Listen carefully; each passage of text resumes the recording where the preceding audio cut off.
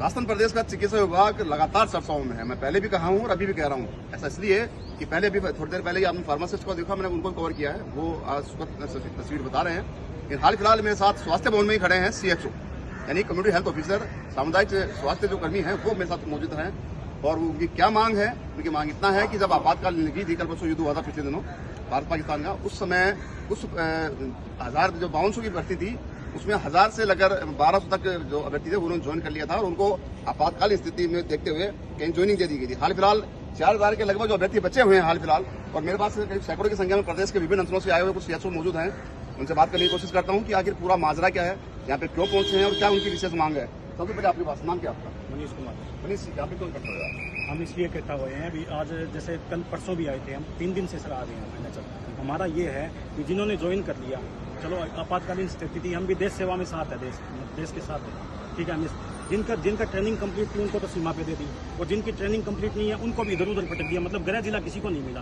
और हमारा पेपर दे के हम पेपर तोड़ के लगे हैं। अब आपातकालीन स्थिति नहीं है देश में, सब विभागों ने अपने अपने आदेश रद्द कर दिए, जो जिन अधिकारियों को जहाँ भेज रहे थे वहाँ नहीं भेज रहे हैं, ठीक है। तो हमें हमारा भी तो ऑर्डर कैंसिल करना चाहिए और हमारा भी तो पोर्टल ओपन होना चाहिए। जैसे फार्मासिस्ट का पोर्टल ओपन हुआ है, वो अपनी चॉइस भर सकते हैं, अपना जिला भर सकते हैं, अपना ब्लॉक भर सकते हैं। वैसे भी हम चाहते हैं कि हमारा पोर्टल ओपन हो और हमें हमारा पोर्टल ओपन करके हमारी चॉइस भरवा के हमें नियुक्ति दी जाए।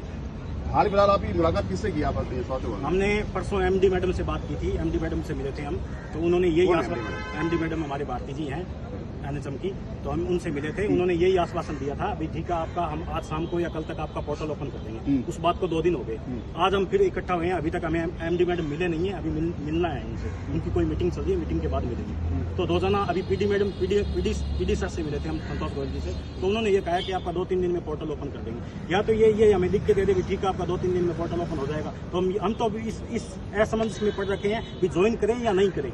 अगर पोर्टल ओपन हो रहा है तो फिर क्यों ज्वाइन करें हम, अगर नहीं हो रहा है तो स्पष्ट हमें आदेश दे दे भी ठीक है तुम्हारा पोर्टल ओपन नहीं होगा, आप जाके ज्वाइन करो। कुल मिला के यहाँ पे असमंजस की स्थिति बनी हुई है। हाँ यही है सर। जो अभ्यर्थी ज्वाइन कर चुके वो ज्वाइन कर सके, वो भी एग्री है, वो भी परेशान है। वहाँ ना तो उनकी कोई रहने की व्यवस्था की गई है, ना उनका कोई खाने की व्यवस्था की गई है। दूर दूर गाँव में उनको ड्यूटी दी है, वहाँ ना तो सोने तक की व्यवस्था नहीं है सर। सरकारी स्कूलों में 100 के गद्दों पे 100 के काम कर रहे हैं वहाँ पे 3-4 दिनों से लगातार।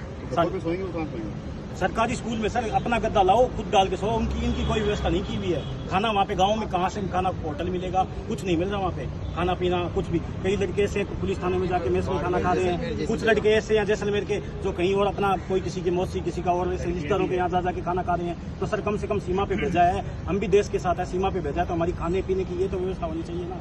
या यही नहीं करेंगे ये व्यवस्था, हम भी विभाग के लिए काम कर रहे हैं, वहाँ स्वास्थ्य की सेवाएं दे रहे हैं, तो हमारे लिए खाने पीने की, रहने की, ठहरने की भी एक बार आपातकालीन में ज्वाइनिंग दी है तो कम से कम चलो ज्यादा नहीं 10 दिन की तो इनको व्यवस्था करनी चाहिए थी ना भाई। 10 दिन चलो आप यहाँ रुक जाओ, यहाँ रह लो। अभी आपातकाल लगा? हाँ अभी आपातकाल नहीं है। और विभागों के, आयुर्वेद विभाग के, ये पंचायती राज विभाग के, भारत सरकार के, ये बहुत आदेश आ गए भी ठीक है, जिनको वहाँ लगा रहे थे उनका ऑर्डर कैंसिल है, तो हमारा भी तो ऑर्डर कैंसिल होना चाहिए ना। हमारी यही मांग है भी चलो ऑर्डर कैंसिल कर दो और हमारा पोर्टल ओपन कर दो।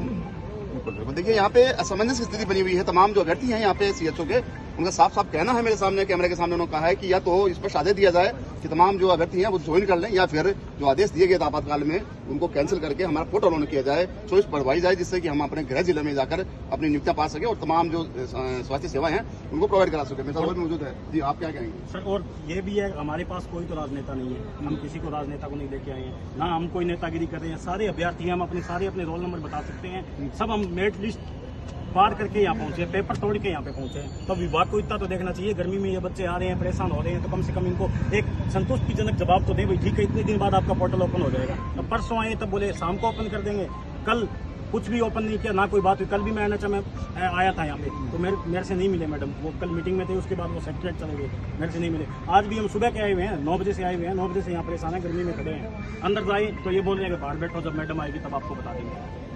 ये मतलब यहाँ पे भी इनकी बेकदरी जो है स्वास्थ्य भवन में देखने को मिल रही है। तमाम जो गार्ड हैं या फिर यहाँ के अधिकारी हैं वो मिलने के लिए राजी नहीं है इनसे। लगातार बहाने बनाए जाते हैं अधिकारियों द्वारा कि आप यहाँ पे पहुंचे हो, हम आप मीटिंग में हैं, लेकिन ये सुबह से 9 बजे से खड़े, जैसा कि उन्होंने कैमरे के सामने बताया। सबसे बड़ी बात विडंबना ये भी देखिए कि लगातार ये रोज चक्कर लगा रहे हैं यहाँ पे, लेकिन फिर भी इनकी नियुक्तियां हैं जो, या इनकी जो मांग है वो 10 की 10 बनी हुई है। क्या नाम है?